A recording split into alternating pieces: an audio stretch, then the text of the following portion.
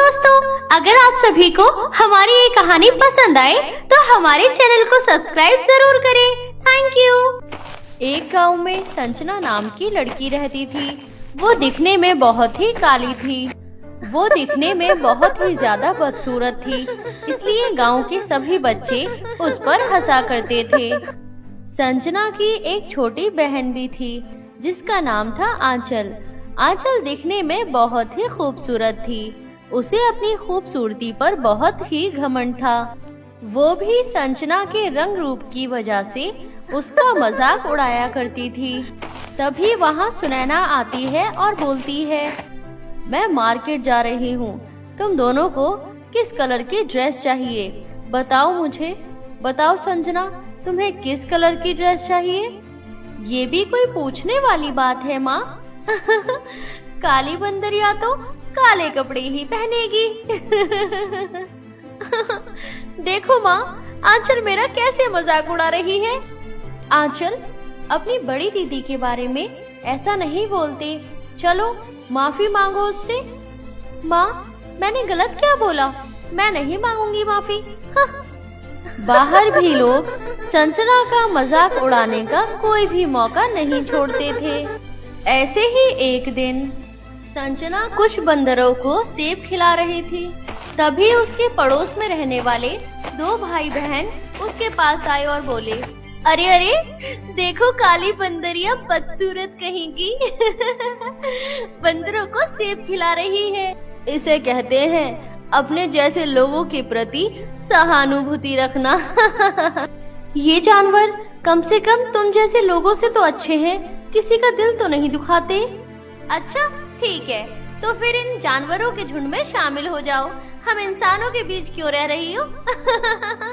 संजना को जानवरों से बहुत प्रेम था। ऐसे ही एक दिन संजना जंगल घूमने जाती है। तभी उसकी नजर एक पेड़ पर बने घोंसले पर जाती है जिसमें एक चिड़िया बहुत ही जख्मी थी। संजना से वो जख्मी चिड़िया देखी नहीं गई और वो फौरन उस चिड़िया को अपने घर ले गई। उसने चिड़िया को पट्टी बांधी और खाने के लिए बाजरे के दाने और पानी दिया। कुछ दिन बाद चिड़िया जब ठीक हो गई तो संजना उसे छोड़ने जंगल पहुंची। जैसे ही संजना ने उस चिड़िया को जमीन पर छोड़ा, उस चिड़िया ने एक परी का रूप धारण कर लिया। ये देखकर संजना घबरा गई।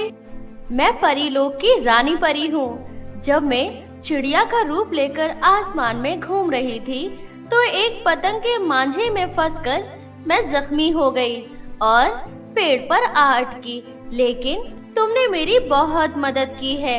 इस मदद के बदले में मैं तुम्हें कुछ देना चाहती हूँ।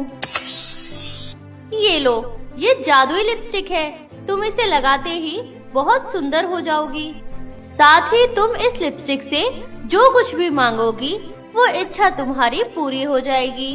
रानी परी संजना को जादुई लिपस्टिक देकर वहाँ से गायब हो जाती है। उसके बाद संजना ने जैसे ही वो जादुई लिपस्टिक लगाई, वो वहाँ से अदृश्य होकर एक खूबसूरत लड़की में बदल गई।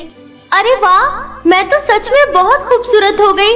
अब तो मेरा कोई भी मजाक नहीं उड़ाएगा। संजना ये सब सोचते हुए जादुई लिपस्टिक लेकर गांव की ओर पहुंची।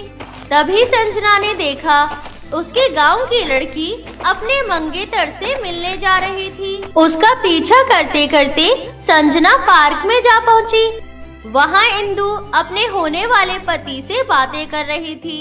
अगले महीने हमारी शादी होने वाली है।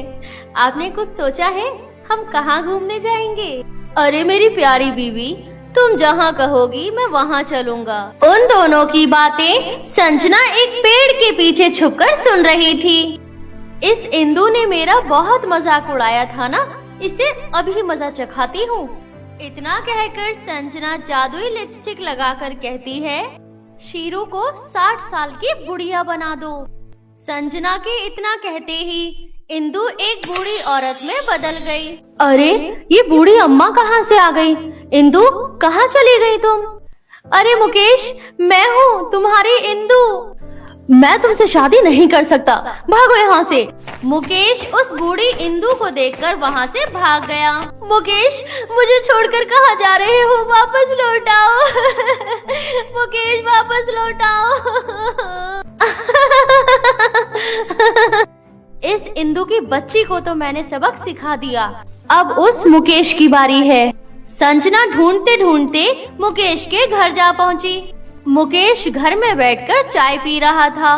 तभी संजना जादुई लिपस्टिक लगाकर बोली, मुकेश को गरीब भिखारी बना दो। इतना कहते ही मुकेश एक बूढ़े भिखारी में बदल गया।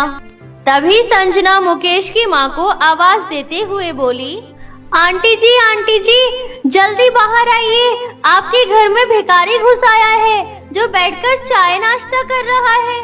आंटी जी, जल्दी आइए। इतने में मुकेश की माँ कमरे से बाहर आई। अरे, तू भिखारी घर में कैसे घुस आया? भाग यहाँ से। इतना कहते हुए उन्होंने मुकेश को धक्के मारकर घर से बाहर निकाल दिया। ये देखकर संजना मन ही मन बहुत खुश हुई। इन सबको तो सबक मैंने सिखा दिया, अब मेरी प्यारी बहन की बारी है। संजना अपने घर जाकर जादुई लिपस्टिक लगाती है और जादुई लिपस्टिक की मदद से अपनी बहन को बदसूरत बना देती है।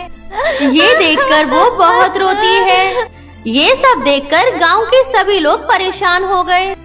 एक दिन रानी परी गांव के ऊपर से गुजर रही थी। तभी उसने लोगों के रोने की आवाज सुनी।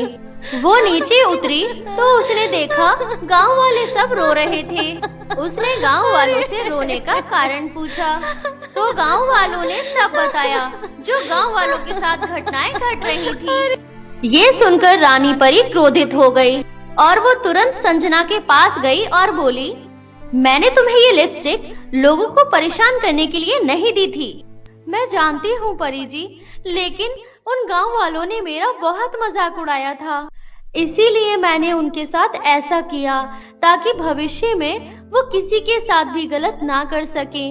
मैं तुम्हारी बात समझ गई, लेकिन ये तरीका सही नहीं था उन्हें सबक सिखाने का, और अब उन्हें अपनी गलती का एहसास हो गया है। रानी परी की बातें सुनकर संजना बहुत दुखी हो जाती है और उसे अपनी गलती का एहसास हो जाता है। फिर वो रानी परी से क्षमा मांगती है।